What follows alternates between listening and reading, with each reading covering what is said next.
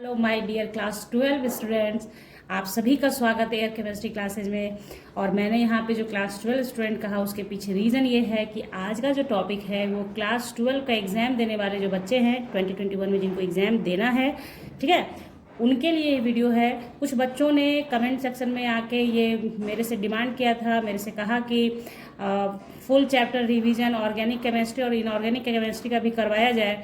तो उस कड़ी में आज मैं पहला वीडियो लेकर आई हूँ और आप सभी बच्चे जिन्होंने भी कमेंट किया उन सभी का बहुत बहुत शुक्रिया कि आप लोगों ने कमेंट किया। तो मुझे भी आइडिया आया है कि चलिए बच्चों के लिए वीडियो बनाया जाए, ठीक है। तो हेलो अल्केन्स और हेलो अरेंज का वीडियो मैंने बनाया है। अभी जो वीडियो आप देख रहे हैं इस वीडियो को आपने पूरी तरह से देख लिया, पूरा वीडियो देख लेते हैं तो मैं आपको पूरी तरह से विश्वास दिलाती हूँ, अश्योर करती हूँ कि आपको इस वीडियो को देखने के बाद कुछ भी नहीं पढ़ने की ज़रूरत होगी। आपको बुक से अपने बुक को खोल के हेलो अल्केन्स और हेलो अरेंज को पढ़ने की ज़रूरत नहीं होगी, क्योंकि जो भी इम्पॉर्टेंट है, जो भी इम्पॉर्टेंट क्वेश्चन बन सकता है, जो भी ऑब्जेक्टिव के लिए जहाँ से कहाँ से ऑब्जेक्टिव क्वेश्चन अराइज हो सकते हैं, ये सारी बातें मैंने यहाँ पे मेंशन करी है। और बीच बीच में जब मैं बताऊंगी आपको तो डिस्कस भी करेंगे हम लोग, कुछ ऐसे टिप्स जानेंगे जिसको एक टिप्स 1000 जगह पे काम कर जाता है, ठीक है।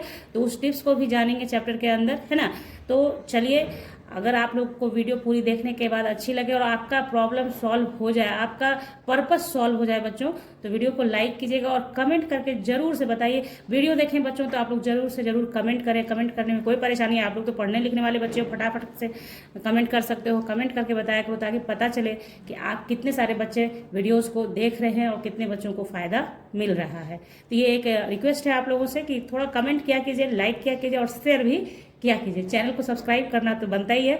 तो चलिए स्टार्ट करते हैं वीडियो, है ना। तो हम लोग चैप्टर 10 एनसीईआरटी बुक में चैप्टर 10 है, ये क्लास 12 ऑर्गेनिक केमिस्ट्री यहीं से स्टार्ट होता है, हेलो अल्केन्स और हेलो अरेंज। तो देखिए, सबसे पहले यहाँ पे ये जान लीजिए आप कि मैं आपको यहाँ पे क्या करवा रही हूँ, फुल रिवीजन, ठीक है।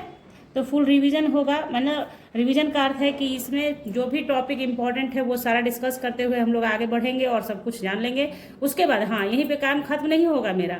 जैसे ही ये चैप्टर मैं पढ़ा दूंगी, इसके बाद मैं previous year questions, important questions का इसी टॉपिक से लेकर आऊंगी ताकि आपको पता चले कि आपने जो चैप्टर पढ़ा वो कितना यूजफुल रहा आपके लिए, ठीक है।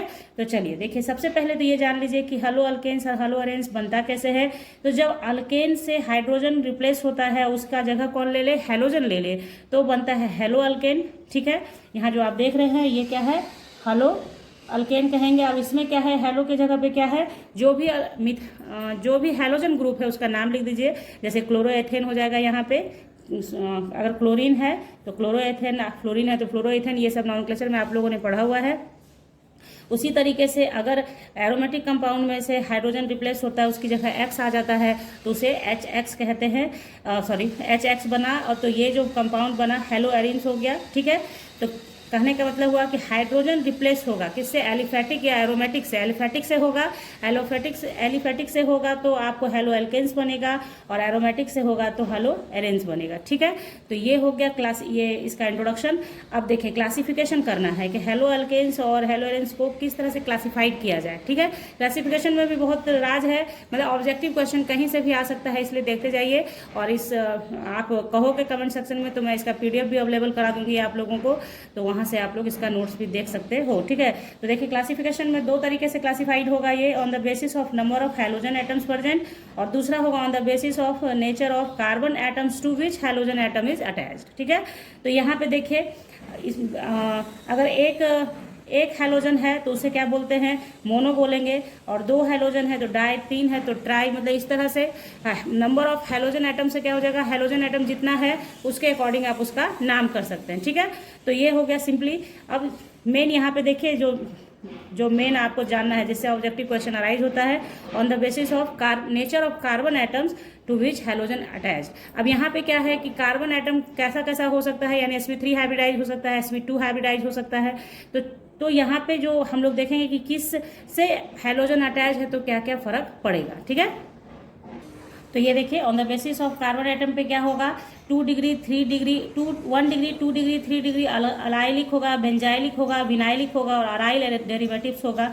जैसे यहाँ देखिए, अगर हैलोजन आपका अटैच है किससे 1 डिग्री से तो उसे प्राइमरी हलाइड बोलेंगे। अगर 2 डिग्री कार्बन से अटैच है तो उसे सेकेंडरी या 2 डिग्री हलाइड बोलेंगे। ये सब जानते हैं आप कि वैसा कार्बन एटम जो सिर्फ और सिर्फ अकेला हो या फिर एक ही अल्काइल ग्रुप से अटैच हो तो उसे प्राइमरी बोलते हैं, 2 से अटैच हो तो सेकेंडरी बोलते हैं और 3 से अटैच हो तो टर्शियरी बोलते हैं। ये सारी बातें आपको मैंने पढ़ा रखी है अपने वीडियोज़ में, जहाँ मैंने आपको यूनिट 12 पढ़ा रही हूँ अभी क्लास 11 के लिए, उसमें है, वहाँ से आप देख सकते हैं। अगर किसी को कहीं प्रॉब्लम हो तो ऐसे प्रॉब्लम होनी नहीं चाहिए आप लोगों को। तो यहाँ पे देखिए, तो ये हो गया 1 डिग्री 2 डिग्री और 3 डिग्री। उसी तरीके से अगर इस तरीके का है तो इसे अलाइलिक बोलते हैं। तो यहाँ ध्यान दीजिए, आपको इस तरीके नहीं समझ में आ रहा है ऐसा देख के, तो इसको इस तरीके से आप समझना कि जब आपका C डबल बॉन्ड C और ऐसा होता है तो इस ग्रुप को, इस पूरे ग्रुप को ही हम लोग क्या कहते हैं, इस ग्रुप को कहते हैं अलाइलिक ग्रुप। यानी C डबल बॉन्ड के बाद सिंगल बॉन्ड हो, उसके बाद हैलोजन अटैच है, तो ये जो ग्रुप है इसे अलाइलिक कहते हैं। ये पोजीशन अलाइलिक पोजीशन होता है, इसलिए यहाँ पे लिखा गया है कि इस तरीके से है अगर अटैचमेंट तो अलाइलिक बोलेंगे इसे। तो ये ध्यान रखना, C डबल बॉन्ड उसका सिंगल बॉन्ड हो तो उसको अलाइलिक बोलते हैं, ठीक है। उसके बाद देखिए, बेंजीन रिंग हो, उसके आगे CH2X है तो बेंजाइलिक होता है, यही है बेंजाइलिक। ये तो बेंजाइलिक हलाइड हो जाएगा। ये जो पूरा आप देख रहे हैं ना, इतना, यही सिर्फ इतना ये बेंजाइलिक है CH2 को लेकर, और ये हैलोजन आपने जोड़ दिया तो ये बेंजाइलिक हलाइड हो गया। तो बेंजाइलिक का मतलब हुआ बेंजीन पूरा रह गया, और ये कैसा कार्बन हो गया, sp3 हाइब्रिडाइज कार्बन हो गया। ये कैसा हो गया, sp3 हाइब्रिडाइज हो गया। तो देखिए यहाँ मैंने मेंशन भी कर दिया है, लिख दिया है, ये बहुत जरूरी है। आपको दिखाऊंगी मैं ऑब्जेक्टिव क्वेश्चन इससे कितनी बारी आया हुआ है। Halogen atom bonded to sp3 carbon atom next to an aromatic compound, ठीक है। तो इसे ही बोलते हैं, मतलब आपको ध्यान रखना, एरोमेटिक हो गया, उसके बाद जो कार्बन एटम है वो sp3 हाइब्रिडाइज है तो उसको आप लोग क्या बोलेंगे, बेंजाइलिक। एकदम पहचान दिमाग में बना लें कि आप ऐसे रिंग बना दें, और अगर CH2 ऐसे है ना, this is called your benzylic. इसके बाद कुछ भी अटैच करें आप, इसे कोई दिक्कत नहीं है, बस इतना ध्यान, ये सब आपको ध्यान में रखना पड़ेगा, ठीक है। ये हो गया। उसके बाद देखिए, विनाइलिक हलाइड्स भी होता है। तो विनाइलिक हलाइड कब कहते हैं, उसे क्लासीफाइड कैसे करेंगे इसे, तो देखिए, विनाइलिक हलाइड का C डबल बॉन्ड C जो होता है ना, इसको ही बोलते हैं विनाइल पोजीशन। विनाइल है ये, ठीक है। विनाइल पोजीशन बोले, विनाइल हलाइड बोले, विनाइलिक, तो विनाइलिक हलाइड्स है ये। तो यहाँ पे जो है कार्बन कैसा, ये जो X है वो किससे अटैच है, इस कार्बन से अटैच है। तो इस कार्बन का आप बताइए हाइब्रिडाइजेशन कैसा होगा। तो मैंने आपको हाइब्रिडाइजेशन भी बताया हुआ है, क्या है उसमें, जितना सिग्मा बॉन्ड है आपके कार्बन के पास, जितना सिग्मा बॉन्ड है आप उसके अकॉर्डिंग करते हैं। तो सिग्मा बॉन्ड 1, सिग्मा बॉन्ड 2, और एक इसका टेट्रा वैलेंसी पूरा करेगा कौन, हाइड्रोजन। तो वो हो गया, तो 1 2 3 सिग्मा बॉन्ड हो गया, तो sp2 हाइब्रिडाइजेशन हो गया। बात आई समझ में। ये सारी बातें आपने पढ़ रखी है, नहीं पढ़ा है आप लोगों को अगर जरा सा भी जानना है तो जाइए, प्लेलिस्ट तैयार है बच्चों आप लोगों के लिए केमिकल बॉन्डिंग का, जिसमें मैंने हाइब्रिडाइजेशन पढ़ाया है, टेट्रा वैलेंसी ऑफ कार्बन पढ़ाया है। आप देखेंगे, आपको मतलब 5-5 10-10 मिनट का वीडियो है, थोड़ा सा में आप तुरंत समझ जाएंगे सब कुछ, ठीक है।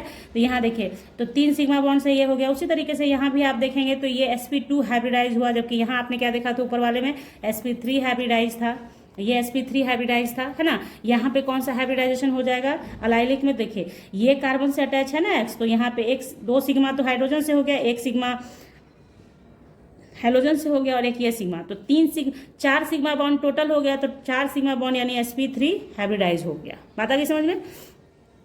तो चलिए अब देखिए, लास्ट में बेंजीन रिंग के साथ डायरेक्ट हैलोजन होगा, और तो उसे बोलेंगे अराइल हलाइड। यानी यहाँ पे जो था CH2 डाल के X था तो बेंजाइलिक हो गया था, जबकि यहाँ पे डायरेक्ट X अटैच है तो उसे बोलेंगे अराइल हलाइड। तो ये हो गया हमारा क्लासिफिकेशन, कोई दिक्कत नहीं, ठीक है। अब आगे हम लोग चलते हैं। मेन इसमें क्लासिफिकेशन में आपको क्या याद रखना है, अलाइलिक याद रखना है, विनाइलिक याद रखना है, और क्या याद रखना है दिमाग में, बेंजाइलिक। तो अलाइल, विनाइल और बेंजाइल, ये सब ध्यान में रखिए, बहुत जरूरी है। और ध्यान में रखना कोई बड़ी बात नहीं है, एक बार आप देख रहे होंगे तो आपके दिमाग में रह जाएगा, ठीक है। अब देखिए, नॉमेनक्लेचर की बारी आती है तो नॉमेनक्लेचर आप सबने पढ़ रखा है क्लास 11th में, ठीक है। फिर भी मैंने यहाँ पे एक मेंशन कर दिया है 2-4 कि आप इसे देखें और समझें।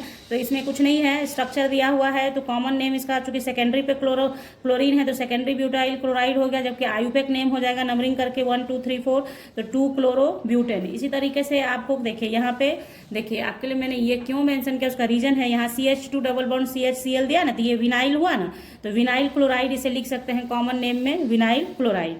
और यहाँ पे 2 कार्बन का मेन चेन है तो क्लोरो एथीन होगा, एथीन, ठीक है। देखिए क्लोरो एथीन, क्योंकि डबल बॉन्ड है ना तो इथीन हो जाएगा, नॉट एथेन, ठीक है। क्लोरो एथीन हो गया। उसी तरीके से यहाँ पे देखिए एरोमेटिक में है तो यहाँ ये जो आप कंपाउंड देख रहे हैं इसमें ऑर्थो क्लोरो टोलुइन लिख सकते हैं, क्योंकि CH3 के साथ बेंजीन रिंग होता है तो उसे हम लोग सिर्फ इस तरीके का होता है जब बेंजीन रिंग में सिर्फ CH3 तो इसे टोलुइन कॉमन नेम दिया गया है। ये एक्सपेक्टेबल आपको एक्सेप्टेड है किसके आयुपेक सिस्टम के थ्रू भी, बट कॉमन नेम में चलता है टोलुइन। तो ऑर्थो क्लोरो टोलुइन हो गया। जब आप इसका आयुपेक नेम लिखोगे तो नंबरिंग करोगे 1 chloro 2 methyl benzene, chloro 1 1 2 3 4 5 numbering करते हैं 1 क्लोरो 2 मिथाइल बेंजीन। उसी तरीके से यहाँ पे देखिए बेंजाइल वाला एक मैंने मेंशन कर दिया है, बेंजाइल क्लोराइड, बेंजाइल, ये पूरा बेंजाइल हो गया, ठीक है, बेंजाइल क्लोराइड हो गया। और जब इसका नंबरिंग आयुपेक नेम लिखोगे आप तो क्लोरोफिनाइल मेथेन हो जाएगा। तो आयुपेक नेम जब भी मैं पढ़ाती हूँ, मैं अभी अपने चैनल पे क्लास 11th को नॉमेनक्लेचर ही पढ़ा रही हूँ, मैं हमेशा लिखती हूँ अपने थंबनेल पर ही कि क्लास 11 और 12 के लिए इक्वली इक्विवेलेंट है। आप ऐसा नहीं समझेंगे कि 11th वाले का है मैं क्यों देखूंगा, नहीं, 12th में भी नॉमेनक्लेचर आता है और आपको आएगा ही आएगा। ऑब्जेक्टिव क्वेश्चंस में ढेर सारा नॉमेनक्लेचर का क्वेश्चंस आता है, तो ध्यान रखना है आपको, नॉमेनक्लेचर तो आपको आना ही आना चाहिए, बेसिक है ऑर्गेनिक केमिस्ट्री के लिए, उसके बिना आप कुछ कर ही नहीं पाएंगे, ठीक है। तो ये हो गया हमारा नॉमेनक्लेचर का पार्ट कंप्लीट। अब है नेचर ऑफ CX बॉन्ड। अब बात यही है कि हलाइड की बात कर रहे हैं तो कार्बन और हेलोजन बॉन्ड का नेचर भी पता होना चाहिए हमको। हलाइड का मतलब ये है कि हेलोजन अटैच्ड विथ कार्बन। तो यहाँ पे देखिए CX bond in halo arenes less polar and shorter than CX bond of halo alkanes. ये ध्यान रखिएगा, इससे ऑब्जेक्टिव क्वेश्चन अराइज होते हैं कि आपका जो CX बॉन्ड है हेलो एरेंस में लेस पोलर होता है और शॉर्टर देन CX बॉन्ड होता है। उसका रीजन सिर्फ ये है कि आपका जो CX बॉन्ड आप होता है हेलो एरेंस में वो रेजोनेंस के थ्रू स्टेबलाइज्ड होता है, रेजोनेंस शो करता है। और डबल बॉन्ड का जो साइज होता है वो छोटा होता है, क्योंकि जितना ज़्यादा बॉन्ड होता है मॉलिक्यूल के बीच में, एटम्स के बीच में, वो उतना ही ज़्यादा साइज में कॉम्पैक्ट होते हैं, छोटे होते हैं। तो लिख दिया है यहाँ मैंने, halo arenes more electron rich due to presence of double bond. यानी जो हेलो एरेंस होता है वो मोर इलेक्ट्रॉन रिच भी होता है, यानी इलेक्ट्रॉन बहुत ज़्यादा उसके पास होता है। क्यों? क्योंकि उसके पास डबल बॉन्ड है। डबल बॉन्ड है तो डीलोकलाइजेशन ऑफ इलेक्ट्रॉन होगा, जो रेजोनेंस में आप पढ़ते हैं, तो रेजोनेंस पॉसिबल होगा। और जो भी आपका मॉलिक्यूल, अगर आपका कंपाउंड रेजोनेंस शो करता है तो वो एक्स्ट्रा स्टेबल होगा देन अदर। ये आपको ध्यान में रखना है। रेजोनेंस, अगर रेजोनेंस पॉसिबल है तो जहां भी डबल बॉन्ड सिंगल बॉन्ड है अल्टरनेट पोजीशन पे, तो वहां क्या हो जाता है कि रेजोनेंस तो होगा ही होगा। बेंजीन रिंग तो रेजोनेंस का सबसे बेहतरीन एग्जांपल है। तो रेजोनेंस होगा तो एक्स्ट्रा स्टेबिलिटी होगी ही होगी, और इलेक्ट्रॉन रिच सिस्टम होगा क्योंकि डबल बॉन्ड उसमें है। बात आई समझ में? इलेक्ट्रॉन रिच सिस्टम कहने का अर्थ यहाँ पे ये है कि इलेक्ट्रोनिगेटिव बिहेवियर शो करेगा। इलेक्ट्रॉन रिच का मतलब होता है इलेक्ट्रोनिगेटिविटी शो करेगा वो। तो आगे जैसे जैसे पढ़ेंगे जानेंगे तो रिवीजन है ये आपके, मैं कोशिश ये कर रही हूँ कि हर एक बात आपके दिमाग में इस तरह के से जाए। जैसे आपको एक चीज दिमाग में आज आपने बैठा लिया कि रेजोनेंस शो करेगा तो वो स्टेबल होगा। अब क्वेश्चन जैसे सामने आएगा तो उसके अकॉर्डिंग आप सोचेंगे कि अब कह देगा क्लोरोबेंजीन और क्लोरोमेथेन में कौन स्टेबल है, तो आप बता सकते हैं कि क्लोरोबेंजीन ही स्टेबल होगा क्योंकि वो रेजोनेंस शो करेगा, जबकि क्लोरोमेथेन रेजोनेंस शो नहीं करेगा। तो इस तरीके से कैसा क्वेश्चन आएगा वो डिपेंड करता है, लेकिन थ्योरी जानते जाइए आप लोग। अब देखिए मेथड ऑफ प्रिपरेशन। तो मेथड ऑफ प्रिपरेशन में कुछ खास नहीं होता है, बस आपको बनाना कैसे उसको प्रिपेयर किया जाता है फ्रॉम एल्कोहल। तो एल्कोहल से इतने तरीके से है, तो जिसमें सबसे इंपॉर्टेंट देखिए ल्यूकस रिएजेंट को याद रखिएगा। HCl प्लस अनहाइड्रस ZnCl2 को ही बोलते हैं Lucas reagent. Sometime Lucas reagent ही पूछ देता है ऑब्जेक्टिव क्वेश्चन में, which one is Lucas reagent, और वहाँ ऑप्शंस दिए रहेंगे आपको। तो ध्यान रखिएगा HCl प्लस अनहाइड्रस ZnCl2 को बोलते हैं ल्यूकस रिएजेंट, ध्यान रखना है आपको इसका। अल्कोहल में भी फिर यूज होता है इसका, बात आ रही समझ में। उसके बाद देखिए ये जो आपका दिख रहा है स्टार मैंने मारा हुआ है, इसको ध्यान से देखिए, ये बहुत ज्यादा यूजफुल होता है अल्काइल हलाइड बनाने के लिए, यानी हेलो अल्केन्स बनाने के लिए अल्कोहल के साथ SOCl2 पैरिडीन डाला जाता है। तो ये सबसे प्रिफरेबल होता है बनाने में, क्यों? क्योंकि इसका जो प्रोडक्ट है, बाई प्रोडक्ट जो है, वो बाई प्रोडक्ट क्या होता है? गैस है जो बाहर अपने आप चला जाता है और आपके पास लेफ्ट ओवर बचता क्या है? RCl, जो आपको चाहिए, आपका डिजायर जो है वही बचता है, बाकी गैसेस स्टेट होता है बाहर चला जाता है। बहुत मशक्कत नहीं करनी होती है, इसलिए सबसे ज़्यादा अच्छा मेथड है। उसके बाद यहाँ पे जो लिखा हुआ है इसे देखिए आप, ये ध्यान रखिएगा। ये चीज़ कभी कभी ना, जैसे आप कन्वर्शन पढ़ रहे हैं ना, उसमें भी आप देखेंगे कन्वर्शन के अंदर ये है, जैसे ये कन्वर्शन में यूजफुल होता है बच्चों। अल्कोहल से आपको हलाइड बनाना है तो क्या करोगे? अल्कोहल में रेड फास्फोरस और हलाइड के रूप में यहाँ पे दिया, मेंशन किया हुआ है, इट मीन्स कि बस यही हलाइड यूज कर सकते हैं आप, Br2 या I2, Cl2 यूज नहीं करेंगे, इसलिए यहाँ पे लिखा है। जब लिखा है तो उसका इस्तेमाल होगा। तो X के जगह Br2 या I2 होगा, तो RX यानी RBr या RI बनेगा। तो ये कन्वर्सन में भी काम आता है, इसलिए ध्यान रखिए। तो मैंने आपको जो बताया है सबसे ज़्यादा इंपॉर्टेंट ल्यूकस रिएजेंट और रेड फास्फोरस वाला एकदम से दिमाग में एक बार लिख लीजिए, प्रैक्टिस में आ जाएगा। फिर फ्रॉम अल्केन्स, ये आप जानते हैं अल्केन से बनता है किस तरीके से, सनलाइट के प्रेजेंस में जब आप रिएक्शन कराते हैं अल्केन का हेलोजन के साथ तो आपका हलो अल्केन बनता है। उसी तरह से फ्रॉम अल्कीन, देखिए फ्रॉम अल्कीन में मैं थोड़ा सा डिस्कस करूंगी आपके साथ, थोड़ा सा जरूरी है। यहाँ देखिए ये प्रोडक्ट तो बन गया आपके सामने, तो ये अब यहाँ पे पॉसिबिलिटीज है कि देखिए डबल बॉन्ड है तो एडिशन रिएक्शन है ये, तो एडिशन होगा। H कहाँ जाएगा? इसके पास या इसके पास? तो पॉसिबिलिटी है कि एक बार इसके पास चला जाए, दूसरी बार इसके पास चला जाए, यानी कि आपके पास बनेगा दो प्रोडक्ट। समझ में आ रही बात? जहां पॉसिबिलिटीज दो है वहां पे दो प्रोडक्ट भी बनता है। पहले भी ये सब बातें मैंने आपसे डिस्कस की हैं। पॉसिबिलिटी है कि दोनों जगह एडिशन का है, यहाँ HX है ना, ये जैसे अनसिमेट्रिकल है, ये सिमेट्रिकल होता। अगर अल्कीन सिमेट्रिकल है तो कोई लोचा नहीं है, लेकिन अगर अनसिमेट्रिकल अल्कीन है देन आपको थोड़ा सा ध्यान रखना होता है, यानी कुछ रूल्स को फॉलो करने होते हैं। तो यहाँ पे दो प्रोडक्ट बनेगा, जो एक मेजर होगा दूसरा माइनर होगा। तो ये क्लास 11th में मार्कोनिकॉप्स रूल है। तो ये देखिए मार्कोनिकॉप्स रूल कहता है कि अगर अनसिमेट्रिकल है अल्कीन तो निगेटिव है, मतलब आपका जो एडिटिव प्रोडक्ट है, एडिटिव जो है रिएजेंट, ठीक है, वो क्या करेगा? उसका निगेटिव पार्ट वैसे कार्बन के पास जाएगा जिसके पास लेस नंबर ऑफ हाइड्रोजन होगा।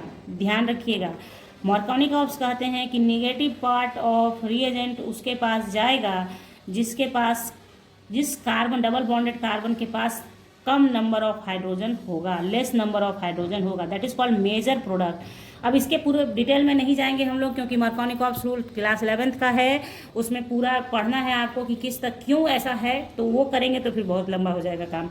तो बस ध्यान रखिए कि तो यहाँ पे जब X आया, निगेटिव है ये H प्लस और X माइनस में ब्रेक करेगा ना, तो X यहाँ आएगा तो मेजर प्रोडक्ट हो गया, यानी मार्कोनिकॉप्स रूल को फॉलो किया इसलिए मेजर हो गया। और जब ये X इसके पास आएगा, क्योंकि इस कार्बन के पास हाइड्रोजन ज़्यादा है, तो वो माइनर होगा, माइनर प्रोडक्ट होगा, यानी मार्कोनिकॉप्स रूल को अवॉइड करेगा, उसको फॉलो नहीं करेगा। बात आ गई समझ में? तो ये जानना जरूरी था। होगा क्या कभी कभी कि आपको दिया रहेगा, मतलब ये मान लो कि लिख के दे दिया एक ये रिएक्शन, उसका बोलेगा उसमें से कि which one is major product and why, तो आपको ध्यान रखना होता है कि मेजर प्रोडक्ट है कौन और क्यों, दोनों चीज़ें आपको ध्यान में रखना है। तो ये चीज़ इसलिए यहाँ पे मेंशन किया है। उसी तरीके से इसी रिएक्शन को आप आ जाइए परऑक्साइड लेकर, मतलब परऑक्साइड खरास इफेक्ट इसे बोलते हैं या परऑक्साइड इफेक्ट बोलते हैं। तो परऑक्साइड अगर यहाँ प्रेजेंट होगा तो यही reaction just anti Markovnikov's rule हो जाता है। क्या कि इसका निगेटिव है, मतलब रिएजेंट का जो है आपका निगेटिव पार्ट जो है वो वहाँ जाएगा जिसके के पास, जिस डबल बॉन्डेड कार्बन के पास मैक्सिमम हाइड्रोजन होगा। बात आप समझ रहे हैं? तो ये X कहाँ जाएगा? इसके पास जाएगा। तो ये हो गया एंटी मार्कोनिकॉप्स रूल। लेकिन यहाँ पे अगर परऑक्साइड दिया रहेगा एरो के ऊपर तब, अगर एरो के ऊपर परऑक्साइड नहीं दिया है, इट मीन्स कि अगर परऑक्साइड को मेंशन नहीं किया है, then you follow the Markovnikov's rule. Clear? कोई प्रॉब्लम? आई थिंक कि आपको प्रॉब्लम नहीं हो, मैंने नंबर ऑफ टाइम्स एक ही बात को बोल दिया है। ठीक है, अब देखते हैं, हम लोग आगे बढ़ते हैं। अब देखिए यहाँ पे जब ये देखिए Br2 है और ये सिमेट्रिकल है, सिमेट्रिकल मतलब बराबर बराबर है, दोनों तरफ डबल बॉन्ड के इधर भी जितना है लेफ्ट और राइट दोनों बराबर है तो सिमेट्रिकल हो गया। तो Br2 का एडिशन कार्बन टेट्रा क्लोराइड के प्रेजेंस में करेंगे तो यहाँ पे बन रहा है, दोनों ब्रोमीन जुट गया एक एक करके, तो इसको बोलते हैं विकिनल डाइहलाइड। ब्रोमाइड है तो ब्रोमाइड लिखा है, हलाइड लिखने का मतलब है जो भी होगा उसके अकॉर्डिंग आप लिखेंगे। यानी कि जब हैलोजन ग्रुप एडजेसेंट कार्बन पर प्रेजेंट होता है तब उसे बोलते हैं विकिनल। यही बताना मेन पर्पस है। ये रिएक्शन आएगा एग्जाम में, ये नहीं है, लेकिन ये आता है कि विकिनल डाइहलाइड किसे कहते हैं। तो जब आपका हैलोजन ग्रुप एडजेसेंट पोजिशन पे होता है, यानी दो एडजेसेंट कार्बन के ऊपर अटैच होता है, लगा रहता है, तो उसे विकिनल डाइहलाइड्स कहा जाता है। अब देखिए, आपने प्रॉपर्टीज आपने पढ़ लिया, इतना सब कुछ जान लिया कि मेथड ऑफ प्रिपरेशन में सब कुछ जान लिया। अब देखते हैं इसी जब आप हैलो एल्केन्स पढ़ रहे हैं तो उसके अंदर नेम रिएक्शंस भी कुछ होंगे, यानी रिएक्शन होगा, प्रॉपर्टीज होगा, तो अब उसे नेम रिएक्शन के रूप में पढ़ेंगे हम लोग। अभी आप पढ़ लीजिए, इसे बहुत ज़रूरी है, छोटा छोटा है। देखिए नेम रिएक्शन, पहला स्वार्ट्स रिएक्शन। कभी कभी क्या होता है ना कि आप देखेंगे जब क्वेश्चन पेपर आपके हाथ में आएगा तो कुछ ऐसे पॉपुलर नेम रिएक्शन होते हैं, वो तो बच्चों ने पढ़ रखे होते हैं, ठीक है, कि मतलब जो पॉपुलर है वो तो सब लोग पढ़ लेता है, बट कुछ लोग मतलब उतने ज़्यादा पॉपुलर नहीं होते हैं, बट कभी कभी क्वेश्चंस में आ जाता है और बच्चे सोचते ही रह जाते हैं कि ये आखिर था कहाँ, पढ़ने को मिला ही नहीं, ठीक है। वैसे केसेस के लिए तैयार रहिए। स्वार्ट रिएक्शन क्या कहता है, fluoro alkanes are prepared by treating alkyl chloride या bromide in presence of metallic chloride AgF GF2, मतलब ये आपको लिखा हुआ है इनके प्रेजेंस में। तो आपको पूरा ये रटने की जरूरत नहीं है, सिर्फ रिएक्शन आपने याद रखा तो आप इसको लिख सकते हैं, नहीं भी लिखोगे तो चलेगा, ठीक है। This reaction is known as Swarts reaction. तो देखिए यहाँ दिया है CH3Br AgF ट्रीट किया गया तो CH3F बना, फ्लोरोमेथेन बन गया, AgBr सिल्वर ब्रोमाइड आपको बाई प्रोडक्ट मिल गया। उसी तरह से आगे बढ़िए, फ्रैंकलस्टीन रिएक्शन है, तो इसमें क्या होता है, alkyl iodides are often prepared by this reaction. आपने ऊपर वाले में क्या देखा, फ्लोरो अल्केन बना, यानी अल्काइल फ्लोराइड बन रहा था, यहाँ पे आयोडाइड बनेगा, ठीक है। तो ध्यान रखिए, alkyl iodides are often prepared by the reaction of alkyl chloride या bromide with NaI in dry acetone. This reaction is known as Finkelstein reaction, ठीक है। तो RX है, NI के प्रेजेंस में एसीटोन डाल के जब ट्रीट करेंगे आप इसे तो RI बनेगा NX, जहाँ X क्या है, क्लोरीन या ब्रोमीन है। बता गई समझ में आपके। तो ये हो गया फ्रैंकलस्टीन रिएक्शन। एक और रिएक्शन है वो भी देख लेते हैं हम लोग। देखिए बोरोडाइन हुंसडीकर रिएक्शन, तो bromo alkanes are prepared by the reaction. नाम ही से क्लियर है, बोरोडाइन तो ब्रोमो अल्केन इससे बनेगा, आपने पहले जो देखा। तो देखिए bromo alkanes are prepared by the reaction are known as Borodin Hunsdiecker reaction, ठीक है। तो बस इसको ध्यान में रखना है। बोरोडाइन हुंसडीकर रिएक्शन में क्या होता है कि आपका रिएक्शन कराते हैं आप सिल्वर एसीटेट को ब्रोमीन से इन प्रेजेंस ऑफ कार्बन टेट्राक्लोराइड, तो आपका CH3Br CO2 और AgBr बन जाता है, ठीक है। अब देखिए physical properties of hello alkane से क्वेश्चन अराइज हो सकते हैं। कैसे, फिजिकल प्रॉपर्टीज लिखना नहीं आएगा, इससे क्वेश्चन आएगा। तो ध्यान रखिए बॉइलिंग पॉइंट कैसे डिक्रीज कर रहा है। जैसे जैसे अगर आपका अल्काइल ग्रुप सेम है, यानी R लिखने का मतलब है कि अल्काइल ग्रुप सेम है और आपके हैलोजन का साइज घटता या बढ़ता है। ध्यान रखिएगा, अगर हैलोजन का साइज घटता जाएगा तो बॉइलिंग पॉइंट भी घटता जाएगा। इस तरफ बॉइलिंग पॉइंट जा रहा है, डिक्रीजिंग ऑर्डर है ये, ठीक है।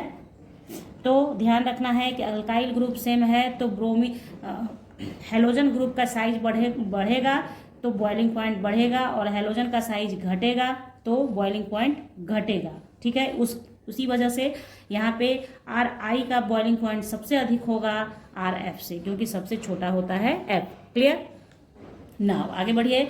अगर आपका क्या करेगा कि हैलोजन ग्रुप सेम हो जाए, हैलोजन X है, X ही रहे, और अल्काइल डिफरेंट होता जाए, अल्काइल बदलता जाए, तो आपको ध्यान रखना है कि जैसे जैसे अल्काइल का साइज बढ़ेगा वैसे वैसे बॉइलिंग पॉइंट बढ़ेगा। यानी अल्काइल का साइज घटेगा तो आपके बॉइलिंग पॉइंट में भी घटौती आपको दिखेगी। देखिए सेकंड नंबर पे है बॉन्ड स्ट्रेंथ। बॉन्ड स्ट्रेंथ मतलब क्या, बॉन्ड लेंथ, यानी बॉन्ड का साइज क्या है उस पर डिपेंड करता है बॉन्ड स्ट्रेंथ, ठीक है। तो bond strength of halo alkanes decreases as the size of halogen atom increases. मतलब आपका जो हैलोजन का साइज इंक्रीज करता जाएगा तो आपके बॉन्ड का स्ट्रेंथ घटता जाएगा, ठीक है। क्योंकि जैसे हैलोजन का साइज बड़ा होगा ना, तो हैलोजन का साइज बड़ा होगा तो बॉन्ड लेंथ बड़ा हो जाएगा, तो बॉन्ड जितना लंबा बॉन्ड उसका स्ट्रेंथ उतना कम। जैसे आप कैसे होता है, रस्सी को जितना लंबा बनाते हैं तो उसका स्ट्रेंथ घटता जाता है, और छोटी रस्सी को आप बहुत टाइटली फिट कर सकते हैं। वही चीज़ है यहाँ पे कि जैसे जैसे हैलोजन का साइज बढ़ेगा बॉन्ड स्ट्रेंथ घटेगा, ठीक है। तो ये हो गया। नेक्स्ट है डायपोल मोमेंट। तो डायपोल मोमेंट में क्या है, decreases as the electronegativity of halogen decreases. यानी डायपोल मोमेंट कैसे डिक्रीज करेगा, जैसे जैसे हैलोजन का इलेक्ट्रोनिगेटिविटी डिक्रीज करेगा। यानी अब आप ध्यान रखें कि हैलोजन में इलेक्ट्रोनिगेटिविटी का ऑर्डर क्या होता है, तो हैलोजन का इलेक्ट्रोनिगेटिविटी डिक्रीज करेगा तो आपका डायपोल मोमेंट भी डिक्रीज करेगा, ठीक है। अब देखिए नेक्स्ट है सॉल्युबिलिटी इन वाटर। तो जैसे हेलो अल्केन्स जो होते हैं पोलर होते हैं बट इनसॉल्युबल इन वाटर होते हैं due to absence of H bonding. ये क्वेश्चन आ सकता है आपको कि methyl chloride is polar but it is not soluble in water, why. तो आपको ध्यान रखना है कि पोलर होते हैं, आपको जैसे पढ़ाया जाता है ना कि लाइक डिजॉल्व लाइक, यानी पोलर सॉल्यूट है तो पोलर सॉल्वेंट में डिजॉल्व हो जाएगा। लेकिन यहाँ पे क्या होता है कि हेलो अल्केन्स जो होते हैं पोलर होने के बावजूद भी वाटर में डिजॉल्व नहीं होते हैं। क्यों? क्योंकि वो H बॉन्डिंग नहीं बनाते हैं, और जो H बॉन्डिंग बनाता है वही वाटर में डिजॉल्व होता है। बात आ गई समझ में? क्वेश्चन आपको समझ में आ रहे हैं कैसे अराइज होंगे कि आपके क्वेश्चन एनसीईआरटी में भी है कि methyl chloride is polar but it is not soluble in water, why, तो due to absence of H bonding. Okay, तो ये हो गया हमारा। फिर देखिए डेंसिटी ऑर्डर। तो डेंसिटी ऑर्डर में क्या है, डेंसिटी ऑर्डर है जब अल्काइल सेम होगा तो जैसे जैसे आपका हेलोजन का साइज बढ़ेगा तो डेंसिटी बढ़ेगा, और हेलोजन का साइज घटेगा तो डेंसिटी घटेगा, ठीक है। For the same alkyl group है ये। उसी तरीके से अगर आपका अल्काइल का साइज बढ़ते जाए और हेलोजन सेम रहेगा तो वैसे केस में क्या होगा, अल्काइल के साइज बढ़ने पर डेंसिटी घटेगा। अल्काइल का साइज बढ़ने पर डेंसिटी घटेगा। बात आई समझ में? अल्काइल का साइज बड़ा हो रहा है तो डेंसिटी घट रहा है, ठीक है। बात आ रही समझ में? तो इस तरीके से ये डेंसिटी ऑर्डर हो गया। ये उतना मतलब देखिए इसमें सॉल्युबिलिटी वाला आपको ध्यान रखना है पूरी तरह से, कि सॉल्युबिलिटी वाला आपको ध्यान रखना चाहिए। बॉइलिंग पॉइंट का भी कभी कभी क्वेश्चन अराइज हो जाता है ना। ज़्यादा दिमाग खर्च नहीं करना है आपको, ज़्यादा परेशान नहीं होना है, ठीक है। देखिए फिर अब देखिए केमिकल प्रॉपर्टीज देखेंगे हम लोग। तो केमिकल प्रॉपर्टीज देखिए ध्यान से समझिएगा इसे थोड़ा जल्दी से। देखिए केमिकल प्रॉपर्टीज में दो न्यूक्लियोफिलिक सब्स्टिट्यूशन रिएक्शन शो करेगा और एलिमिनेशन रिएक्शन शो करेगा, ठीक है ना, क्योंकि हेलो अल्केन्स है ये, ठीक है। तो दो तरह का रिएक्शन शो करेगा कि न्यूक्लियोफिलिक सब्स्टिट्यूशन शो करेगा और एलिमिनेशन शो करेगा। तो न्यूक्लियोफिलिक सब्स्टिट्यूशन रिएक्शन में क्या होता है, हम लोग का दो तरह का होता है, SN1 टाइप और SN2 टाइप, ठीक है। तो SN1 टाइप को फुल फॉर्म में बोलते हैं unimolecular nucleophilic reaction. It occurs in 2 step. ये कितने स्टेप्स में होता है? 2 स्टेप्स में होता है, लेकिन SN1 होता है। उसका रीजन क्या है कि देखिए जैसे स्टेप 1 स्लो होता है और स्टेप 2 जो होता है वो फास्ट होता है। तो रेट ऑफ रिएक्शन किससे पता चलता है? जो स्टेप स्लो होता है। ये केमिकल काइनेटिक्स में हम लोगों ने पढ़ा हुआ है कि जो जिस रिएक्शन का रेट स्लो होता है वही डिफाइन करता है रेट ऑफ रिएक्शन। तो ये स्लो रेट है, और इसमें आप क्या देख रहे हैं, सिर्फ और सिर्फ एक ही रिएक्टेंट यहाँ पे काम कर रहा है, तो इसलिए रेट ऑफ रिएक्शन 1 होता है, और यहाँ पे इसलिए यहाँ SN1 होता है, यूनिमॉलिक्यूलर हो जाता है SN1। जब 2 होता तो SN2 हो जाएगा, ठीक है। इतनी बात समझ गए आप? क्या है आपको मैकेनिज्म का भी बात समझ में थोड़ा थोड़ा आ जाएगा, ठीक है। तो देखिए यहाँ पे क्या है, X माइनस निकलेगा तो इस पर कार्बोकटायन बना देगा। X माइनस निकला तो कार्बोकटायन बनाए, और सेकंड स्टेप में इसी कार्बोकटायन पे न्यूक्लियोफाइल अटैक करेगा। न्यूक्लियोफाइल अटैक करेगा और उसके X का जगह न्यूक्लियोफाइल ले लेगा। न्यूक्लियोफाइल मतलब क्या, जिसके पास इलेक्ट्रॉन होता है वो न्यूक्लियस लविंग होता है। न्यूक्लियोफाइल क्यों बोलते हैं? Nucleus loving. तो देखिए न्यूक्लियस लविंग का मतलब है कि पॉजिटिव चार्ज से प्रेम होगा उसको। न्यूक्लियस लविंग मतलब न्यूक्लियस में क्या होता है, प्रोटॉन होता है, प्रोटॉन पे क्या होता है, पॉजिटिव चार्ज होता है। तो न्यूक्लियस लविंग का मतलब हो गया कि पॉजिटिव साइड ढूंढेगा वो, तो पॉजिटिव साइड के पास जाएगा और अपना इलेक्ट्रॉन देकर बॉन्डिंग कर लेगा। तो ये बॉन्डिंग हो गया इसका, ठीक है। SN1 आप समझ गए, SN1 भी शो करेगा ये। तो यहाँ पे दिखा दिया है मैंने कि R = KRX first order reaction है ये। क्यों? क्योंकि आपको दिखाया जा रहा है कि एक ही रिएक्टेंट यहाँ पे यूज है। रिएक्टिविटी ऑर्डर अल्काइल हलाइड्स का क्या होगा? 3 डिग्री का सबसे ज़्यादा होगा, 2 डिग्री का कम और 1 डिग्री का कम। यानी सबसे ज़्यादा रिएक्टिव कौन होगा? अल्काइल हलाइड 3 डिग्री, उसका 2 डिग्री, फिर 1 डिग्री। बात आई समझ में? यानी कि 3 डिग्री जो होगा वो ज़्यादा रिएक्टिव होगा इस रिएक्शन के में देन 1 डिग्री से। ठीक है, अब देखते हैं नेक्स्ट। अब देखिए, इसको एकदम नोट करके ध्यान में रखिए। पोलर सॉल्वेंट, अगर सॉल्वेंट पोलर है, low concentration of nucleophile and weak nucleophile favours SN1 reaction. SN1 reaction को कौन फेवर करेगा? सॉल्वेंट आपका पोलर होगा, आपके न्यूक्लियोफाइल का कंसंट्रेशन कम होगा, या कहिए कि वीक न्यूक्लियोफाइल होगा। जो न्यूक्लियोफाइल में आपने पढ़ा हुआ है कि वीक न्यूक्लियोफाइल स्ट्रॉन्ग न्यूक्लियोफाइल, तो वो क्या होगा? फेवर करेगा। किसको करता है फेवर? SN1 टाइप को फेवर करता है। तो ये आपको सिर्फ ध्यान रखना है, सॉल्वेंट को पोलर होना ही चाहिए तभी काम होता है, नहीं तो ब्रेक ही नहीं करेगा न्यूक्लियोफाइल और इलेक्ट्रोफाइल में। ठीक है, इसलिए पोलर सॉल्वेंट आपके दिमाग में रह जाएगा। पोलर सॉल्वेंट का मतलब है कि ब्रेक करके न्यूक्लियोफाइल और इलेक्ट्रोफाइल बनाना। ठीक है, उसी तरह से देखिए SN1 तो आपने देख लिया। इन SN1 reaction partial racemization occurs due to possibility of frontal as well as backside attack। ये भी इम्पॉर्टेंट है कि जब SN1 रिएक्शन होता है तो पॉसिबिलिटी होती है कि रैसमाइजेशन यानी रैसमिक मिक्सचर मिलता है आपको। रैसमिक मिक्सचर किसे कहते हैं? मिक्सचर ऑफ इनैंशियोमर्स को बोलते हैं। इनैंशियोमर्स किसे बोलते हैं? कि एक आपका इमेज हो और दूसरा उसका मिरर इमेज हो, उन दोनों को क्या बोलते हैं? यानी एक का कॉन्फ़िगरेशन R हो तो दूसरे का कॉन्फ़िगरेशन S हो। ये सारी बातें आइसोमर्स में पढ़नी है। तो इसलिए आप देखिए, कोई भी टॉपिक आप जब पढ़ रहे होते हैं तो बार बार जो टीचर्स आपको बोलते हैं कि वो वीडियो देखिए, ये देखिए, वो इसलिए नहीं कि सिर्फ व्यूज है, वो इसलिए क्योंकि थ्योरी अगर आप एक नहीं जानते हैं तो दूसरे को समझना मुश्किल हो जाता है। यहाँ पे जैसे अब रैसमाइजेशन क्या है? जब 2 डिफरेंट कॉन्फ़िगरेशन का प्रोडक्ट मिक्स होता है, यानी इनैंशियोमर्स इसे बोलते हैं, इनैंशियोमर्स। तो इनैंशियोमर्स जब आपस में मिल जाता है तो रैसमिक प्रोडक्ट बनता है। रैसमाइजेशन प्रोसेस इसी को कहा जाता है। तो ये क्यों पॉसिबल है? क्योंकि जब आप कार्बोकटायन बनाए, आपने देखा कि फर्स्ट स्टेप में क्या हुआ? कार्बोकटायन बना, तो कार्बोकटायन पे पॉसिबिलिटी है कि न्यूक्लियोफाइल फ्रंट से भी अटैक कर सकता है, ठीक है, और बैक से भी अटैक कर सकता है। तो बैक अटैक से एक प्रोडक्ट बनेगा और फ्रंट अटैक से एक प्रोडक्ट बना, तो दोनों का कॉन्फ़िगरेशन अलग अलग होगा, इसलिए इसे एनांशियोमर्स कहते हैं और इसको रैसमाइजेशन कहते हैं। तो याद रखिएगा, अल्काइल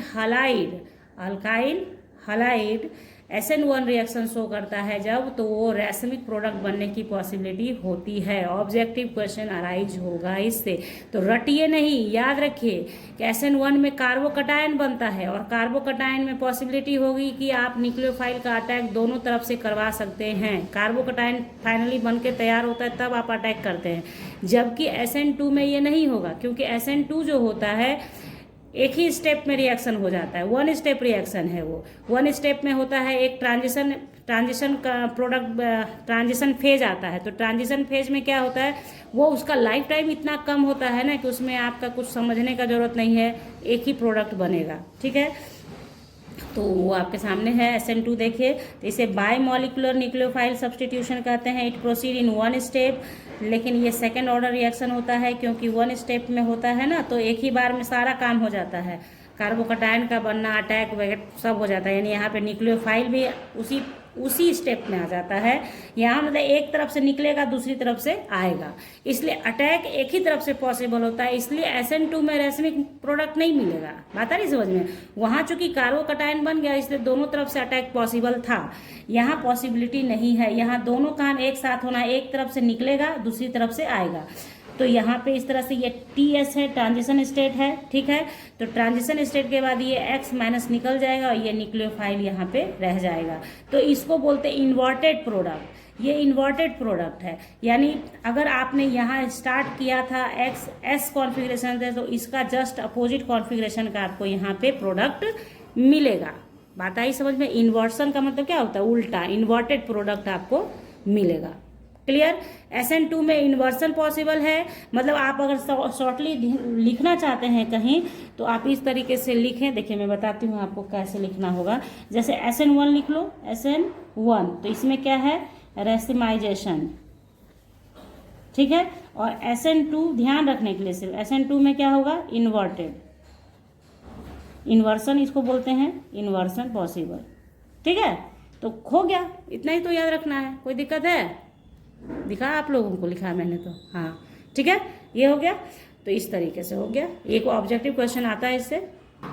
अब देखिए जो बातें मैंने आपको उधर बताई हैं वो यहाँ पे लिख दिया है, उसे आप देख लें। उसके बाद देखिए reactivity of halides towards SN2 देख लेंगे। तो reactivity of halides SN2 reaction में क्या होगा, 1 डिग्री का ज़्यादा होगा 2 डिग्री से, और 3 डिग्री का सबसे कम होगा। उसका अपना ही रीजन है। ये मैकेनिज्म में सब कुछ पढ़ाना होता है बच्चों, एक ही जगह पे सब कुछ नहीं बताया जा सकता है ना। जैसे 1 डिग्री 2 डिग्री 3 डिग्री, तो क्या होता है, चूंकि SN2 में क्या है, दोनों काम एक ही साथ होना है, अटैक भी होगा और एलिमिनेट भी होगा। तो जैसे 3 डिग्री में क्या होता है, बहुत ज़्यादा मतलब स्टेरिक हो जाता है, हिंड्रेंस हो जाता है बहुत ज़्यादा, तो अटैक पॉसिबल नहीं होता है न्यूक्लियोफाइल का।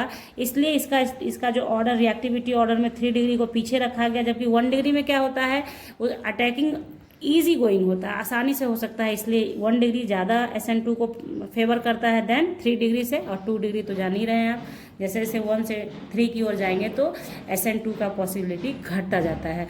3 डिग्री किसको फेवर करता है, आपका SN1 को। बात आई समझ में? SN1 में क्या था, 3 डिग्री 2 डिग्री 1 डिग्री, और SN2 में क्या हो गया, 1 डिग्री 2 डिग्री 3 डिग्री। तो ये सारी बातें हो गई।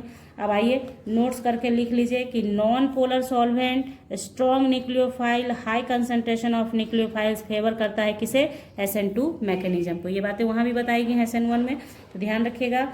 अब आइए मोस्ट इम्पॉर्टेंट, एलिमिनेशन रिएक्शन, ठीक है। तो एलिमिनेशन से नाम ही से क्लियर कर लेते हैं आप कि एलिमिनेट होगा, कुछ ना कुछ इसमें एलिमिनेशन होगा, ठीक है। तो देखिए यहाँ पे ये लिख दिया है मैंने कि beta hydrogen, halo alkanes having beta hydrogen atom undergoes beta elimination when heated with alcoholic solution of KOH। यानी यहाँ बीटा एलिमिनेशन, मेनली आप ध्यान रखिएगा कि कौन सा एलिमिनेशन होगा, बीटा एलिमिनेशन। अब बीटा एलिमिनेशन क्या होता है ये देखेंगे हम लोग आगे पढ़ते हुए, ठीक है, बीच में नहीं देखेंगे। यहाँ देखिए ये दिया गया आपको, ये जो आप देख रहे हैं प्रोडक्ट आपके, सॉरी ये जो रिएक्टेंट आपके सामने लिखा है, तो this is your alpha position, और अल्फा के जस्ट बाद वाला बीटा। तो अल्फा के इधर भी बीटा, अल्फा के उधर भी तो बीटा होगा ना, बता रही समझ में। एक अल्फा वो होगा जिससे हैलोजन अटैच है, वो कार्बन जिससे हैलोजन डायरेक्ट अटैच है वो अल्फा, अल्फा के जस्ट बगल वाला बीटा। तो अल्फा के इधर भी बीटा, अल्फा के उधर भी बीटा। अब इतना जो मैंने इधर उधर किया है उसका क्या कारण है, यहाँ देखिए अल्कोहलिक KOH KBr निकल जाएगा, H2O, प्रोडक्ट आपके सामने 2 बनेगा। यानी आप क्या देख लिए, यहाँ पे 2 बीटा है, यानी कि यू हैव 2 पॉसिबिलिटीज, आपको 2 पॉसिबिलिटी है कि 2 प्रोडक्ट आप बना सकते हैं। तो एक बनेगा ब्यूट 2 इन और दूसरा बनेगा ब्यूट 1 इन, या ब्यूटीन 1 ब्यूट, अरे इसको हटा दो, इधर लगा दो 1 ब्यूटीन, ठीक है। तो क्या है कि ब्यूट 2 इन या 1 ब्यूटीन, मेजर और माइनर। तो अब ये क्यों मेजर माइनर है, तो ये सेडजेफ रूल है, ठीक है। सेडजेफ रूल क्या कहता है कि अगर ये पॉसिबिलिटी है कि आपके पास एक से ज़्यादा बीटा हाइड्रोजन है, तो उस केस में आपका बीटा एलिमिनेशन उस बीटा हाइड्रोजन से होगा जिससे कि मैक्सिमम अल्काइल ग्रुप मिले डबल बॉन्ड को। तो जैसे यहाँ पे बीटा है तो इससे जब एलिमिनेशन हुआ तो ये बना, यहाँ से इससे एलिमिनेट हुआ HBr बन के बाहर आएगा, तो यहाँ से यहाँ डबल बॉन्ड क्रिएट हुआ, तो इससे बना ब्यूट 2 इन। तो ये मेजर है क्योंकि इस डबल बॉन्ड के दोनों तरफ 2 अल्काइल ग्रुप हो गया। जबकि यहाँ पे अगर ये एलिमिनेशन आप कराते हो ऐसा, तो यहाँ पे सिर्फ और सिर्फ डबल बॉन्ड के इस तरफ ही अल्काइल ग्रुप है, जबकि इधर तो हाइड्रोजन रह गया, तो 1 ब्यूटीन बना, इसलिए ये माइनर प्रोडक्ट हुआ। तो सेडजेफ रूल कहता है कि अगर 2 बीटा हाइड्रोजन है तो आपका एलिमिनेशन उस बीटा हाइड्रोजन से मेजर प्रोडक्ट देगा जिससे कि डबल बॉन्डेड कार्बन को मैक्सिमम अल्काइल ग्रुप मिले। क्लियर? कोई दिक्कत नहीं? अगर कोई दिक्कत हो तो बताइएगा कमेंट सेक्शन में। तो ये हो गया आपका पहला रूल। अब देखिए रिडक्शन रिएक्शन, तो रिडक्शन होगा तो देखिए आपके सामने है C2H5Br, H2 निकेल है 575 केल्विन पे, तो ये बना देगा C2H6, रिडक्शन हो रहा है, तो ये हलाइड से अल्केन में कन्वर्ट हो रहा है। उसी तरह से अभी थोड़ी देर पहले आपने पढ़ा है रेड फास्फोरस HI डाला आपने, C2H5 HI है, तो ये फिर से क्या हो जाएगा, I2 बना लेगा, C2H6 हो जाएगा। तो रिडक्शन में ये 2 रिएक्शन है, तो ध्यान रखिए आप लोग। रिएक्शन विथ मेटल्स में क्या होगा, देखिए रिएक्शन विथ मेटल्स होगा क्या, एक तो ऊर्ज रिएक्शन जिसमें सोडियम आएगा, फिर ऊर्ज फिटिंग रिएक्शन, तो ऊर्ज फिटिंग रिएक्शन आपका, और उसके बाद आपका रिएक्शन विथ मैग्नीशियम जो मोस्ट इंपॉर्टेंट होगा। तो ये कोई भी बिना इंपॉर्टेंट का नहीं है, जो इंपॉर्टेंट है वही पढ़ा रही हूँ आप लोगों को।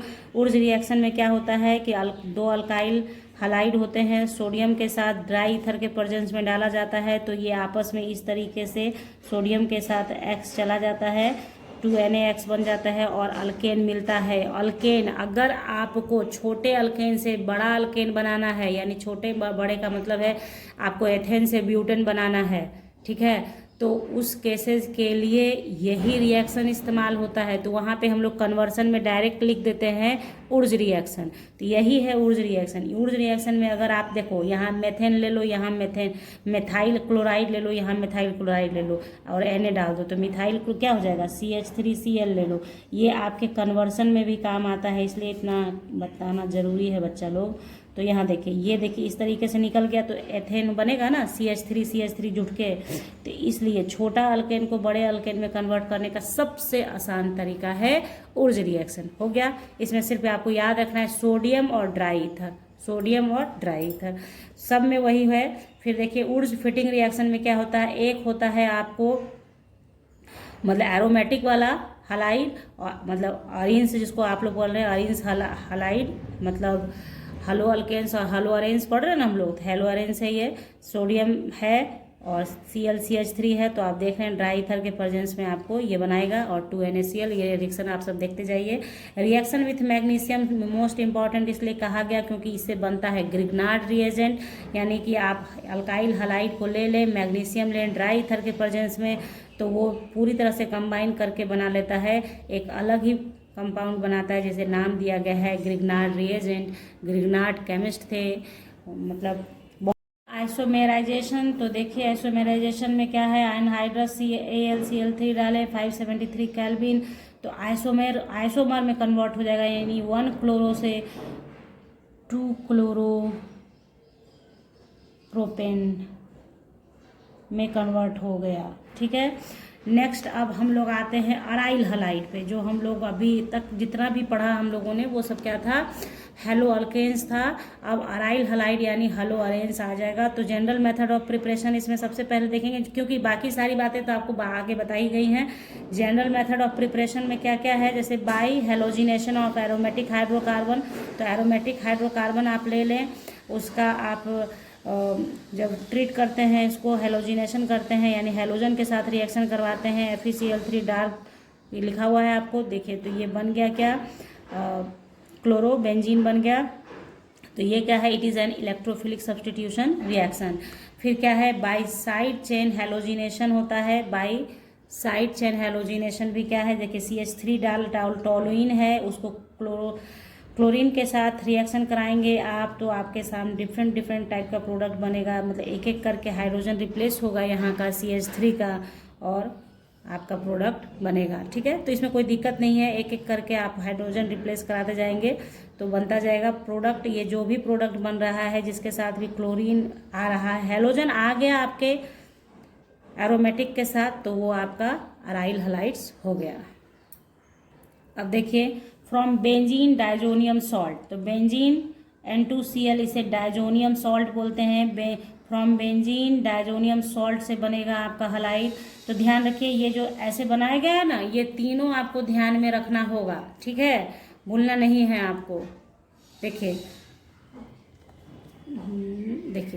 तो देखिए यहाँ पे जब डाइजोनियम सॉल्ट को ट्रीट करते हैं CuHX, जहाँ X क्या है ClBr, तो वो जो बनता है आपको प्रोडक्ट, ये पूरे रिएक्शन का नाम सैंडमेयर रिएक्शन है। यानी सैंडमेयर रिएक्शन के लिए आपको ध्यान क्या रखना है, डाइजोनियम सॉल्ट पे काम होता है, benzene diazonium salt. Benzene diazonium salt को ट्रीट करते हैं कॉपर हलाइड के साथ, HX जो यहाँ X होगा वही X यहाँ होगा, और उसका रिएक्शन कराएंगे आप, तो आपको क्लोरोबेंजीन, क्लोरो नहीं हेलोबेंजीन मिलेगा या हेलोअरीन्स मिलेगा, तो इस रिएक्शन को सैंडमेयर रिएक्शन कहते हैं। इसी में अगर थोड़ा सा चेंज कर लीजिए, CuX को Cu में कन्वर्ट कर दीजिए, तो Cu हो गया, HX रहेगा, जहाँ X क्लोरीन या ब्रोमीन रहेगा, प्रोडक्ट सेम ही मिलेगा आपको, लेकिन इस रिएक्शन का नाम बदल जाएगा, नाम हो जाएगा गैटरमैन रिएक्शन। तो ध्यान रखिएगा, CuX है तो सैंडमेयर हो जाता है, जब Cu सिर्फ है तो गैटरमैन रिएक्शन हो जाता है। प्रोडक्ट सेम है, कोई चेंज नहीं होता, प्रोडक्ट आपका बिल्कुल सेम है। तो इसलिए इस तरीके से लिखा है, इसको ध्यान रखिए बच्चों, ये बहुत ज़रूरी है आप लोगों के लिए जानना, है ना। ये आप देखेंगे नेम रिएक्शन में बहुत काम करता है आपके लिए। फिर देखिए ये इंपॉर्टेंट लगाया है मैंने कि जब इसी डायजोनियम सॉल्ट को आप HbF4 के साथ, यानी HbF4 को बोलते हैं फ्लोरोबोरिक एसिड, कुछ बच्चों को नहीं पता होता इसलिए मैंने लिख दिया है यहाँ पे, क्या है, फ्लोरोबोरिक एसिड। फ्लोरोबोरिक एसिड के प्रेजेंस में 273 केल्विन टेम्परेचर पे वर्क करेंगे आप, तो ये पहले ट्रांजिशन स्टेट में आएगा, उसके बाद आपको फ्लोरोबेंजीन मिलेगा, ठीक है, फ्लोरोबेंजीन मिलेगा। तो ये फ्लोरोबेंजीन बनाने का सबसे अच्छा तरीका है, यानी इसका इस्तेमाल फ्लोरोबेंजीन बनाने के लिए ही किया जाता है। बात आई समझ में, क्योंकि आपने ऊपर जो भी देखा उसमें X के जगह क्लोरीन ब्रोमीन है, जबकि फ्लोरीन नहीं था, तो फ्लोरोबेंजीन बनाने का सबसे अच्छा तरीका यही है, और इसका भी नाम है बाल्ज-सेचमैन रिएक्शन, ठीक है। तो लिख दिया है, एक बारी आप भी इसे लिख लो कॉपी पे, और एक दो बारी देख लोगे तो याद रहेगा। मेन इंपॉर्टेंट यही है, ठीक है। सैंडमेयर ध्यान रखना है, गैटरमैन भी नहीं आता है लेकिन ध्यान रखिएगा, ठीक है। अब देखिए फ्रॉम फिनॉल है, तो फिनॉल में कुछ नहीं मेहनत है आपको, फिनॉल ले लीजिए, PCl5 डाला, रिएक्शन हो गया और आपका हेलोअरेंस बन गया, ठीक है। तो ये हो गया आपका। नेक्स्ट देखते हैं, देखिए फिजिकल प्रॉपर्टीज़ में ऑर्डर ऑफ बॉइलिंग पॉइंट, अगर आपका एरोमेटिक सेम है और हेलोजन चेंज हो रहा है, तो हेलोजन जैसे जैसे बड़ा रहेगा उसका बॉइलिंग पॉइंट भी ज़्यादा रहेगा, एकदम सेम एज है तो कोई दिक्कत नहीं है। फिर देखिए मेल्टिंग पॉइंट पे आइए, the melting point of P isomers, यानी पारा isomers is more than ortho and Meta isomer, this is because of more symmetrical nature. क्यों पारा आइसोमर्स का मेल्टिंग पॉइंट ज़्यादा क्यों होता है, क्योंकि वो ज़्यादा सिमेट्रिकल होता है देन ऑर्थो और मेटा से, तो पारा आइसोमर्स का मेल्टिंग पॉइंट ज़्यादा होता है। फिर उसी तरह से CX bond in aryl halide is shorter due to partial double bond character acquired by CX bond due to resonance, ठीक है। ये मैंने आपको पहले भी बता दिया है कि CX बॉन्ड जो होता है अराइल हलाइड के अंदर छोटा होता है, क्योंकि एक तो डबल बॉन्ड होता है वो, ठीक है, तो डबल बॉन्ड का बॉन्ड लेंथ छोटा होता है, और दूसरी बात कि वो रेजोनेंस भी शो करता है, रेजोनेंस स्टेबलाइज्ड होता है, रेजोनेंस शो करता है, इसलिए एक्स्ट्रा स्टेबिलिटी भी वो रखता है। वो बातें आपको पहले भी बताई हैं, इसलिए यहाँ मेंशन कर दिया मैंने। फिर अब आइए केमिकल प्रॉपर्टीज़, जो सबसे इम्पॉर्टेंट है केमिकल प्रॉपर्टीज़, तो अराइल हलाइड है, जैसे मेटल के साथ रिएक्शन करेगा, तो जो मेटल के साथ रिएक्शन करेगा ना, तो वो जो कंपाउंड बनाएगा उसे बोलेंगे ऑर्गेनोमेटालिक कंपाउंड, ठीक है। उसका नाम क्या देते हैं, ऑर्गेनोमेटालिक कंपाउंड। उसी के अंतर्गत देखिए यहाँ पे Wurtz Fittig and Fittig reaction है, Wurtz Fittig and Fittig reaction. तो ऊर्ज फिटिंग आपने पहले जो अभी पढ़ा है ना वही है, फिटिंग रिएक्शन है। यहाँ पे देखिए फिटिंग, जैसे ऊर्ज फिटिंग में क्या था, एक आपका अराइल हलाइड था, दूसरा आपका अल्काइल हलाइड था, लेकिन फिटिंग वाले में क्या होगा, दोनों के दोनों अराइल हलाइड होगा। बात आ गई समझ, इतना ही डिफरेंट है, कोई दिक्कत नहीं। आप एक ही जगह पे ऊर्ज रिएक्शन, ऊर्ज फिटिंग और फिटिंग रिएक्शन कर लेंगे तो आपका दिमाग में हमेशा के लिए रह जाएगा। तो यहाँ देखिए रिएक्शन कराया ड्राई इथाइल के प्रेजेंस में, तो डाइफिनाइल बन के रेडी हुआ, इसी रिएक्शन को कहते हैं फिटिंग रिएक्शन। कोई दिक्कत नहीं है, फिटिंग रिएक्शन इसी को कहते हैं, ठीक है। तो देखिए यहाँ पे ऊर्ज फिटिंग जो मैंने पहले बताया है उसको यहाँ पे इसलिए किया क्योंकि आपको समझ में आ जाए, चूँकि लिख दिया था मैंने ऊर्ज फिटिंग, तो ऊर्ज फिटिंग रिएक्शन ये हो गया, इसे समझा दिया है मैंने आपको पहले ही। अब आगे आइए, उलमैन रिएक्शन किसे कहते हैं, तो जब आप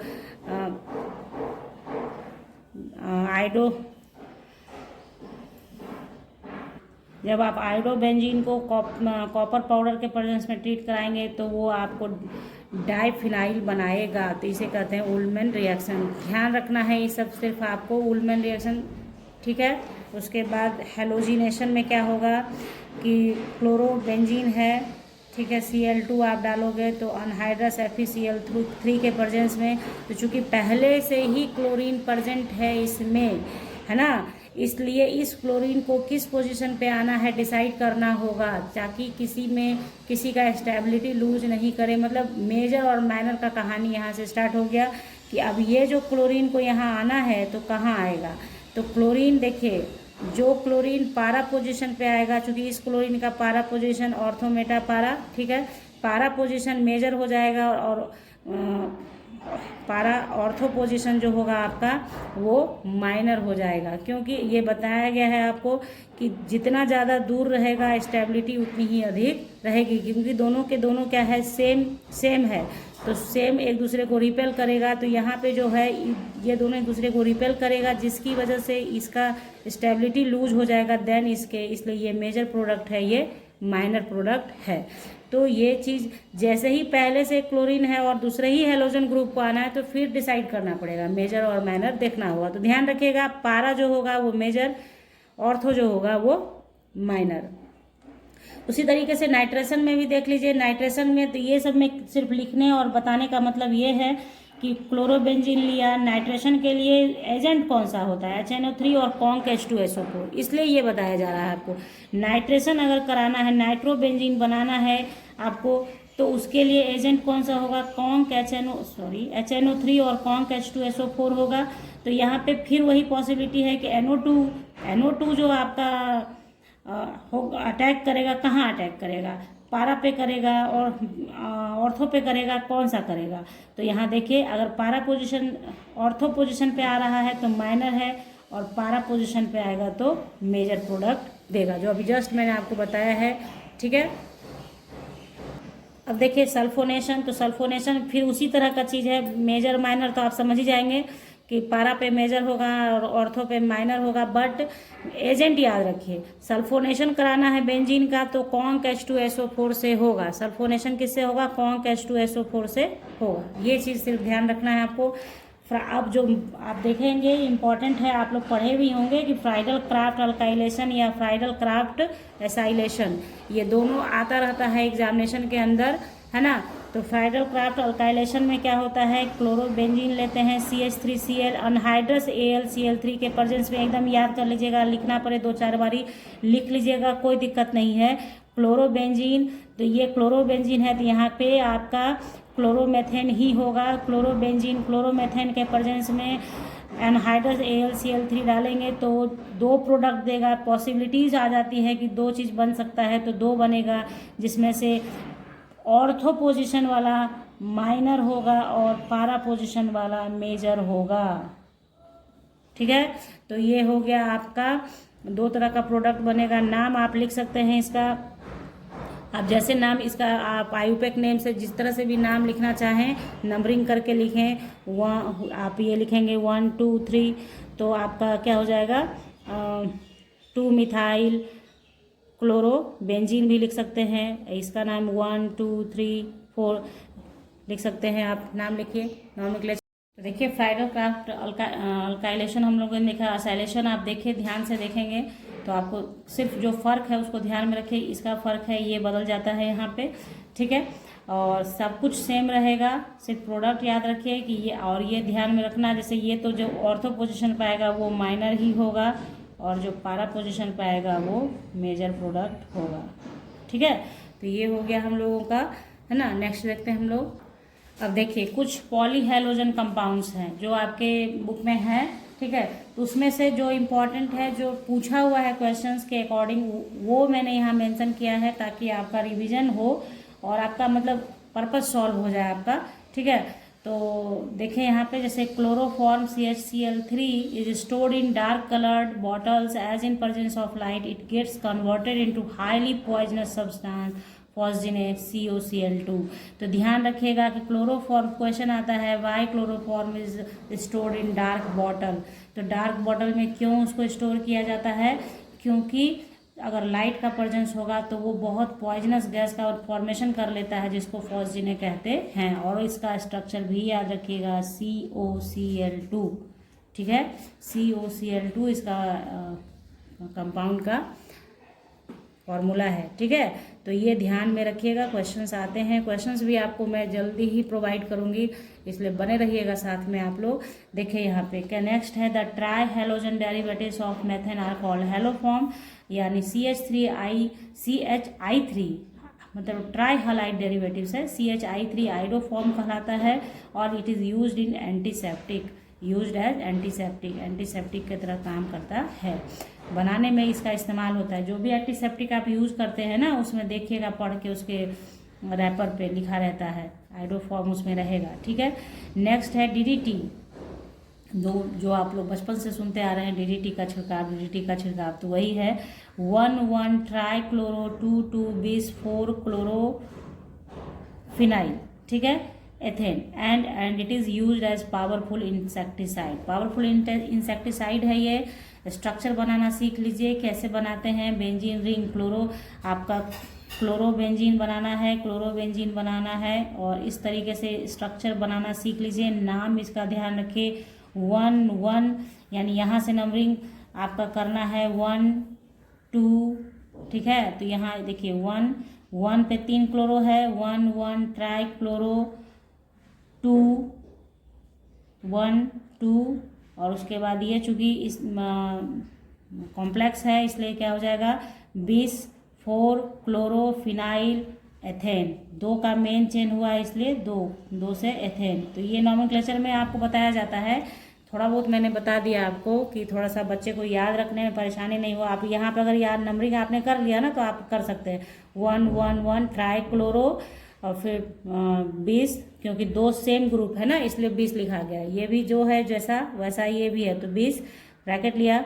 4 पे देखिए 1 2, ठीक है, और इसमें अगर आप नंबरिंग करेंगे तो 1 2 3 4 1 2 3 4, 4 पे क्लोरो है ना, यहाँ ही से नंबरिंग होगा क्योंकि ये अटैच है डायरेक्ट इससे। तो 1 2 3 4 1 2 3 4, ठीक है।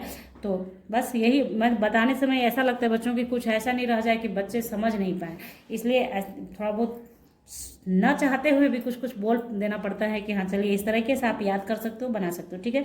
It is first chlorinated organic insecticide, ये सबसे पहला ऑर्गेनिक इंसेक्टिसाइड है, क्लोरीनेटेड ऑर्गेनिक इंसेक्टिसाइड है। ये भी क्वेश्चन आ सकता है ऑब्जेक्टिव में, तो इसलिए इसको ध्यान रखना है आपको। तो इस तरीके से मैंने हेलो अल्केन्स और हेलो अरेन्स का जितना भी इम्पॉर्टेंट बात था, जो भी इम्पॉर्टेंट चीज़ थी, कैसे क्वेश्चन अराइज हो सकता है, क्वेश्चन तो बताऊंगी ही मैं आपको इस चैप्टर का, लेकिन थ्योरी मैंने बता दिया, ताकि थ्योरी आप पढ़ लें और क्वेश्चन जब आएगा आपके सामने तो आपको लगेगा कि हाँ ये तो पढ़ा है, ये मैं समझ रहा हूँ, ठीक है। तो इस तरीके से अगर आपको वीडियो में सारी बातें समझ में आ गई हैं तो लाइक कर दीजिएगा, अपने दोस्तों को भी शेयर कर लीजिएगा वीडियो। मिलेंगे अब हम लोग नेक्स्ट वीडियो में, तब तक के लिए bye, thank you, take care, have a nice day बच्चों।